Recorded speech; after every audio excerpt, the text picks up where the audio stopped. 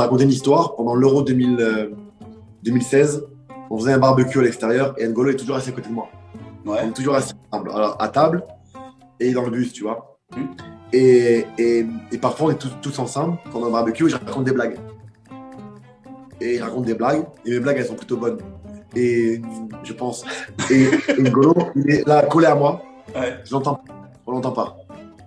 Et sur la tête de ma mère, qu'il était comme ça, d'accord. Et Dédé l'a repéré. Et en fait, il pleurait. Il pleurait. Il pleurait, mais en fait, il pleurait de rire. Et on s'en est même pas rendu compte.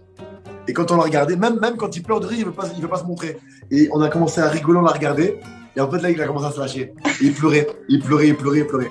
Et à un moment donné, tout le monde dit N'Golo, t'as pas une blague, t'as pas une blague. Il dit oui, j'ai une blague. Il commence sa blague. Sur la tête, écoute-moi, sur la tête de mes enfants, que c'est une vraie histoire. N'Golo raconte sa blague devant tout le monde, toute l'équipe. Il arrive à la fin de sa blague, il me regarde sur la vie de ma mère. Sa blague, elle a duré au moins 15 minutes. Il me regarde, il bloque, il dit ah ben je sais plus la fin. Écoute-moi bien, c'était la meilleure blague de l'Euro. Et là, il y a tout le monde qui crie, qui pleure, on pleure de rire. Et lui, il était mort, il était quoi? On n'a jamais fait la fin de la blague.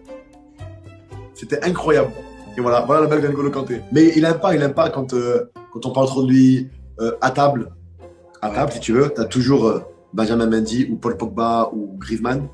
Tout doucement, il murmure la chanson. Mais là, d'abord, le mec, il est seul. Ouais. Il est tout seul. Et tu vois, ça commence par un. Kanté. Tout doucement, un seul qui commence. Et là, direct, il le regarde, il dit s'il te plaît, arrête. Tu vois? Tu vois, il est discret, il dit arrête. Et là, tu vois, Benjamin Mendy, il s'en bat les couilles. Il continue. N'Golo Kanté. Voilà, tu vois. Et là, le deuxième, le troisième, ça commence à prendre le machin. Et là, tout le monde qui crie, qui lève les serviettes. Et là, il déteste ça. Il déteste. Il rigole, hein, mais il n'aime pas ça. Il veut pas se montrer, le mec. Et un jour, il m'a fait l'un des plus beaux cadeaux. Et on a discuté. Et il m'a dit, tu sais, Adil, un jour, j'ai fait une interview. Et j'ai dit dans mon interview que tu étais le joueur qui m'a donné le plus d'espoir. Je lui ai dit, arrête tes conneries. T'as dit mon nom et tout? Tiens, moi, je suis choqué, moi. Il me dit, bah oui, parce que quand tu as commencé à Lille, tu étais mécanicien et tu as réussi à être professionnel. Et moi, quand j'ai vu ton parcours, ça m'a touché.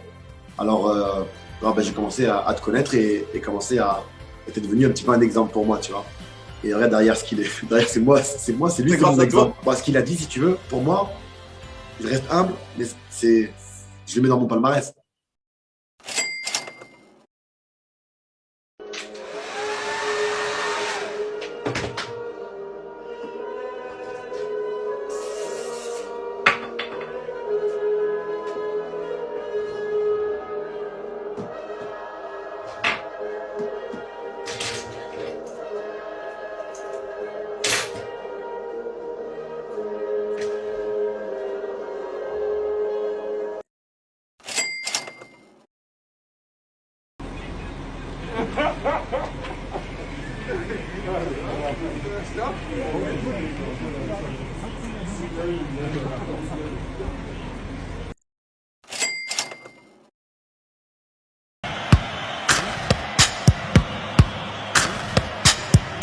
Après j'ai fait des choix, il y a des absents, non?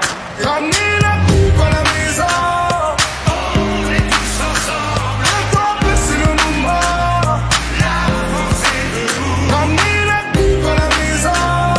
On est tous ensemble. Un temps c'est le moment. Ah, allez, second poteau Pavard.